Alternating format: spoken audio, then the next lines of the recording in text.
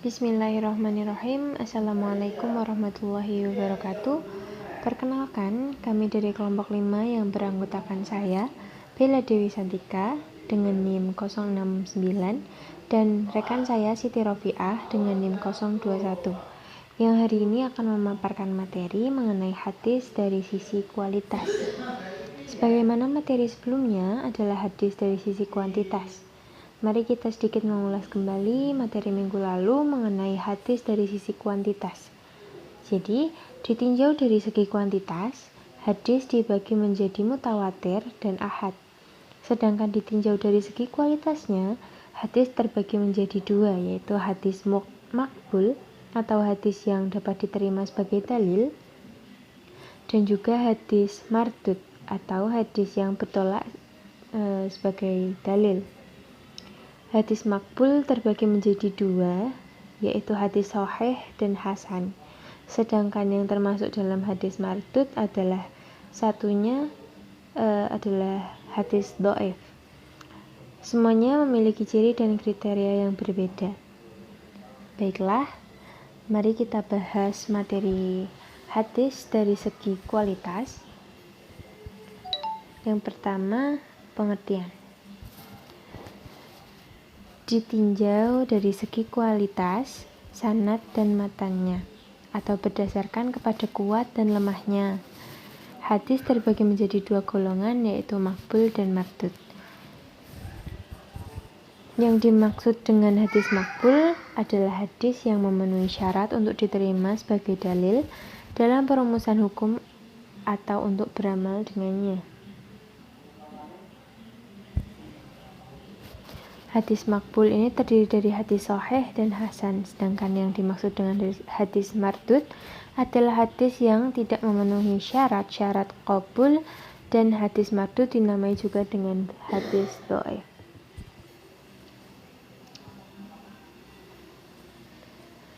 Yang pertama, hadis sahih.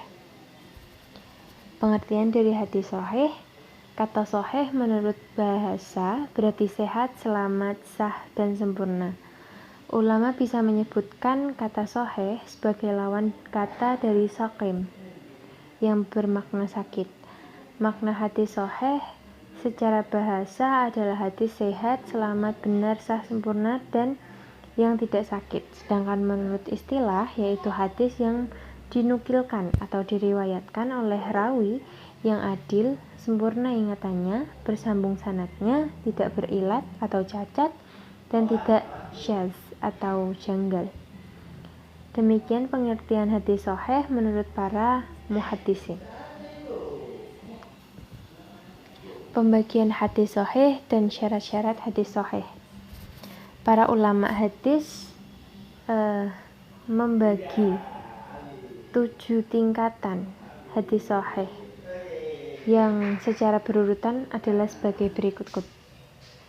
Yang pertama, hadis yang disepakati kesahihannya oleh Bukhari dan Muslim yang lazim disebut dengan istilah muttafaqun alaihi. Yang kedua, hadis yang disahihkan oleh Bukhari saja. 3. Hadis yang disahihkan oleh Muslim saja. 4. Hadis yang sahih yang diriwayatkan oleh selain Bukhari dan Muslim tetapi mengikuti syarat-syarat sahih Bukhari dan Muslim. 5. Hadis sahih yang diriwayatkan oleh selain Bukhari dan Muslim tetapi mengikuti syarat-syarat kesahihan Bukhari. 6. Hadis sahih yang diriwayatkan oleh selain Bukhari dan Muslim tetapi mengikuti syarat-syarat kesahihan Muslim. 7. Hadis sahih yang diriwayatkan oleh selain hadis yang terkenal selain Bukhari dan Muslim tetapi tidak mengikuti syarat-syarat kesahihan Bukhari dan Muslim dan tidak pula mengikuti syarat-syarat kesahihan salah satu dari Bukhari dan Muslim. Kemudian syarat-syarat hadis sahih menurut 1. Rawi bersifat adil.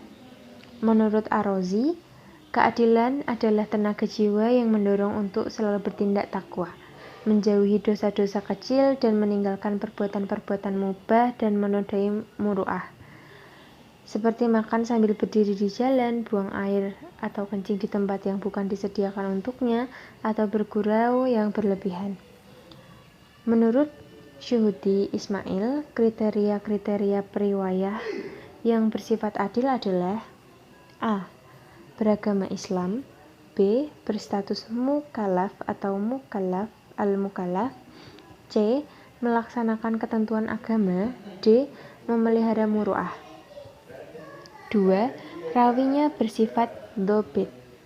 Dhobit adalah bahwa rawi yang bersangkutan dapat menguasai hadisnya dengan baik dengan hafalan yang kuat atau dengan kitabnya. Lalu ia mampu mengungkapkan kembali ketika meriwayatkannya. Kalau seorang mempunyai ingatan yang kuat sejak menerima hingga menyampaikan kepada orang lain, maka ingatannya itu sanggup dikeluarkan kapan dan di mana saja dikehendaki orang itu. Dinamakan dabtu sodri. Kemudian apa yang disampaikan itu berdasarkan pada buku catatannya, ia disebut dabtu kitab. Rawi yang adil dan sekaligus dhobit disebut thiqat. 3. Sanadnya bersambung. Yang dimaksud dengan tersambungnya sanad adalah bahwa ketika setiap rawi hadis yang bersangkutan benar-benar menerimanya dari rawi yang berada di atasnya, dan begitu juga selanjutnya sampai kepada pembicara yang pertama. Untuk mengetahui bersambung atau tidaknya suatu sanad, biasanya ulama hadis menempuh tata kerja penelitian berikut. A. Mencatat semua nama rawi dalam sanad yang diteliti. B. Mempelajari sejarah hidup masing-masing rawi. C. Meneliti kata-kata yang menghubungkan antara para perawi dan rawi yang terdekat dengan sanad. Jadi, satu sanad hadis dapat dinyatakan tersambung apabila A. Seluruh rawi dalam sanadnya itu benar-benar thiqat atau adil dan dhobit. B. Antara masing-masing rawi dengan rawi terdekat sebelumnya dalam sanad itu benar-benar terjadi sebuah hubungan periwayatan hadis secara sah menurut ketentuan Tohamul wa ada al-hadis. 4. Tidak berilat. Maksud bahwa hadis yang bersangkutan terbebas dari cacat kesohihannya, yakni hadis itu terbebas dari sifat-sifat samar yang membuatnya cacat, meskipun tampak bahwa hadis itu tidak menunjukkan adanya cacat tersebut. Yang kelima adalah syadz atau janggal. Kejanggalan hadis terletak pada adanya perlawanan atau antara suatu hadis yang diriwayatkan oleh rawi yang makbul atau dapat diterima periwayatannya dengan hadis yang diriwayatkan oleh rawi yang lebih kuat atau rajih daripadanya, disebabkan keterlebihan jumlah sanad dalam kedhobitan atau adanya segi-segi tarjih yang lain. Jadi hadis sahih adalah hadis yang rawinya adil dan sempurna kedhobitannya, sanadnya mutasil dan tidak cacat, matannya marfu', tidak cacat atau tidak janggal. Macam-macam hadis sahih. Para ulama hadis membagi hadis sahih menjadi dua macam, yaitu 1. Hadis sahih li dzatihi atau hadis sahih li dzatihi adalah hadis yang di dalamnya telah terpenuhi syarat-syarat hadis makbul atau memenuhi syarat-syarat di atas secara sempurna. Akan tetapi, jika kualitas daya ingat perawinya kurang sempurna, maka hadis sahih li dzatihi akan turun menjadi hadis hasan li dzatihi. Akan tetapi, jika kekurangan tersebut dapat ditutupi dengan adanya hadis lain yang kualitasnya daya ingatnya lebih tinggi atau lebih kuat, maka naiklah hadis hasan li dzatihi menjadi hadis sahih li ghairihi. 2. Hadis sahih li ghairihi. Hadis sahih li ghairihi adalah hadis yang kesahihannya dibantu oleh adanya hadis lain. Pada mulanya, hadis ini memiliki kelemahan berupa periwayahannya yang kurang dzobit, sehingga dinilai tidak memenuhi syarat untuk dikategorikan sebagai hadis sahih. Tetapi setelah diketahui ada hadis lain yang kandungan matan yang sama dengan kualitas sahih, maka hadis tersebut naik menjadi hadis sahih. Kata lain, hadis sahih li ghairihi pada asalnya adalah hadis hasan, karena ada hadis sahih yang matannya yang sama, maka hadis hasan disebut naik menjadi hadis sahih.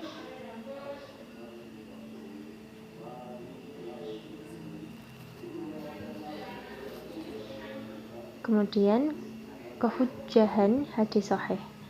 Dalam menanggapi masalah apakah hadis itu dapat dijadikan sebagai hujjah dalam menetapkan hukum secara umum, maka dalam hal ini para muhaddisin sebagai ahli usul dan ahli fikih bersepakat untuk menyatakan bahwa hadis sahih dapat dijadikan hujjah dan wajib diamalkan. Sekalipun demikian, kesepakatan tersebut hanya terbatas pada masalah-masalah yang berkaitan dengan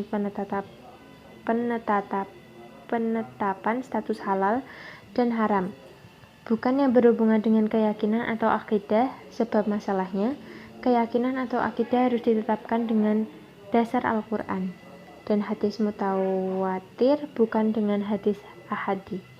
Sedangkan hadis sahih termasuk dalam salah satu macam hadis ahadi jika dilihat dari sisi kualitasnya.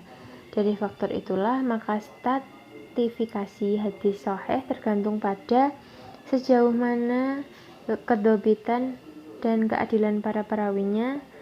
Semakin dobit dan adil, maka semakin tinggi pula strata kualitas hadis yang diriwayatkan. Yang kedua adalah hadis hasan. Pengertian hadis hasan. Dari segi bahasa, kata al-husnu bermakna al-jamal yang berarti keindahan. Menurut para ulama, memberikan definisi hadis hasan secara beragam. Namun yang lebih kuat sebagaimana yang dikemukakan oleh Ibnu Hajar Asqalani dalam An-Nukhbah, yaitu khabar ahad yang diriwayatkan oleh orang yang adil, sempurna kedobitannya, bersambung sanadnya, tidak berilat, dan tidak ada syaz, di mana sahih lidh kurang sedikit kedobitannya tersebut disebut hasan lidh. Syarat-syarat hadis hasan. Kriteria hadis hasan sama dengan kriteria hadis sahih. Perbedaannya hanya terletak pada sisi kedobitannya, yaitu hadis sahih lebih sempurna kedobitannya dibandingkan dengan hadis hasan. Tetapi jika dibandingkan dengan kedobitan perawi, hadis dhaif tentu belum seimbang kedobitannya. Perawi hadis hasan lebih unggul jika dibandingkan dengan perawi hadis dhaif. Baik, yang selanjutnya akan dijelaskan oleh rekan saya Mbak Siti Rofiah. Selanjutnya adalah macam-macam hadis hasan. Sebagaimana hadis sahih, demikian pula hadis hasan juga dibagi menjadi dua, yaitu yang pertama, hadis hasan li dzatihi. Hadis yang memenuhi 5 unsur persyaratan hadis sahih, tetapi salah satu rawi ditengarai kurang kuat hafalannya.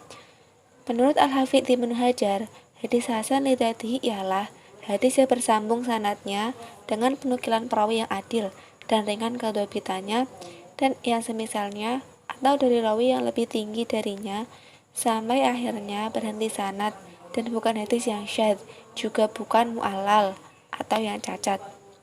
Yang kedua adalah hadis hasan li ghairih, yaitu hadis dhaif yang karena didukung oleh hadis lain yang sahih dengan matan yang sama, sehingga naik menjadi hadis hasan li ghairihi. Hadis yang naik peringkatnya menjadi hadis hasan hanyalah hadis dhaif yang tidak terlalu dhaif. Adapun hadis yang sangat lemah tidak dapat menjadi hadis hasan, meskipun terdapat hadis-hadis dengan matan yang sama berkualitas sahih. Selanjutnya adalah kehujahan hadis hasan. Adapun kehujahan hadis hasan, para ulama bersepakat untuk mengatakan bahwa hadis hasan sama dengan hadis sahih, sekalipun tingkatannya tidak sama. Bahkan ada sebagian ulama yang memasukkan hadis hasan ke dalam kelompok hadis sahih baik hasan lidzatihi maupun hasan liwairihi. Maka dari itu, para ahli hukum banyak beramal menggunakan dasar dari hadis hasan, sekalipun mereka tetap berpegang pada persyaratan keabsahan hadis hasan liwairihi sebagai hujah, yaitu yang pertama, meminimalisir kekurangan-kekurangan yang ada. Yang kedua, hadis tersebut tertutup oleh banyaknya periwayatan hadis lain, baik redaksinya sama atau hampir sama. Yang ketiga adalah hadis do'if. Pengertian hadis do'if. Hadis do'if bagian dari hadis mardud. Dari segi bahasa, do'if berarti lemah, lawan dari al-qawi yang berarti kuat. Kelemahan hadis do'if ini karena sanad dan matanya tidak memenuhi kriteria hadis kuat yang diterima sebagai hujah. Dalam istilah hadis do'if adalah huwa malam yajma' shafhul hasan bifaqdi syarti min syurut, adalah hadis yang tidak menghimpun sifat hadis hasan sebab satu dari beberapa syarat yang tidak terpenuhi. Hukum periwayatan hadis do'if. Hadis do'if tidak identik dengan hadis maudhu atau hadis palsu. Di antara hadis do'if terdapat kecacatan para perawinya yang tidak terlalu parah, seperti daya hafalan yang kurang kuat, tetapi adil dan jujur. Sedangkan hadis maudhu, perawinya pendusta. Maka para ulama memperbolehkan meriwayatkan hadis do'if sekalipun tanpa menjelaskan kedo'ifannya dengan dua syarat, yaitu yang pertama, tidak berkaitan dengan akidah serta sifat-sifat Allah, dan yang kedua, tidak menjelaskan hukum syara yang berkaitan dengan halal dan haram, tetapi berkaitan dengan masalah mau'izah, targhib wa tarhib, atau hadis-hadis tentang ancaman dan janji, kisah-kisah dan lain-lain. Dalam meriwayatkan hadis do'if, jika tanpa isnad atau sanad, sebaiknya tidak menggunakan bentuk kata aktif atau memberi maklum yang meyakinkan atau jazm kebenarannya dari Rasulullah, tapi cukup menggunakan bentuk pasif atau memberi majhul yang meragukan. Misalnya, ruya diriwayatkan, nuqila dipindahkan, fima yur'i pada sesuatu yang diriwayatkan datang. Periwayatan do'if dilakukan karena berhati-hati atau ikhtiyat. Selanjutnya adalah sebab-sebab hadis dinilai do'if. Al-Baiquni dalam Mandumatul Baiquniyah mengatakan, yang artinya setiap hadis yang kualitasnya lebih rendah dari hadis hasan adalah do'if, dan hadis do'if memiliki banyak ragam. Berdasarkan hadis ini, hadis do'if berarti hadis yang tidak memenuhi persyaratan hadis hasan ataupun hadis sahih. Mahmud Tohan dalam Tasyiru Mustahalahil hadis menjelaskan dua penyebab utama kedo'ifan hadis atau ditolaknya sebuah hadis. Ia mengatakan yang artinya penyebab hadis ditolak atau tidak bisa diterima ada banyak, namun keseluruhannya merujuk pada dua sebab. Yang pertama, sanadnya tidak bersambung dan di dalam rangkaian sanadnya terdapat rawi bermasalah. Dua penyebab utama kedhaifan hadis ialah sanadnya tidak bersambung dan terdapat rawi bermasalah di dalam rangkaian sanadnya. Ketidakbersambungan sanad itu ada dua bentuk, zahir dan khafi. Zahir berarti hadis yang rangkaian sanadnya terputus secara jelas. Artinya, tanpa penelitian mendalam pun sanad hadis sudah terlihat terputus dengan cara mengetahui biografi masing-masing perawi. Ini bisa diketahui oleh siapapun, meskipun dia tidak terlalu ahli dalam ilmu hadis. Sementara khafi adalah hadis yang rangkaian sanadnya terlihat bersambung, tetapi setelah diteliti secara mendalam, baru terlihat bahwa sanadnya terputus. Penelusuran ini hanya bisa dilakukan oleh orang yang ahli dan mumpuni dalam ilmu hadis. Penyebab kedhaifan yang kedua adalah perawi hadis bermasalah, baik kualitas hafalannya maupun perilakunya. Kualitas perawi dilihat dari dua aspek, kognisi dan moralitas. Kognisi berkaitan dengan kualitas hafalan, tidak pelupa, tidak salah, dan hafalannya kuat. Sementara moralitas berkaitan dengan perilaku itu seseorang perawi hadis, yaitu tidak suka bohong, maksiat, selalu berkata jujur, dan lain-lain. Kalau salah satu dari dua aspek ini bermasalah, hadis yang diriwayatkan perawi tersebut tidak bisa diterima. Perawi yang kualitas hafalannya tidak bagus tidak diterima hadisnya. Begitu pula perawi yang moralitasnya buruk.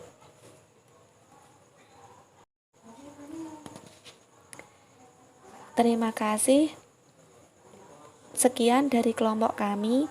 Kurang lebihnya kami mohon maaf. Wassalamualaikum warahmatullahi wabarakatuh.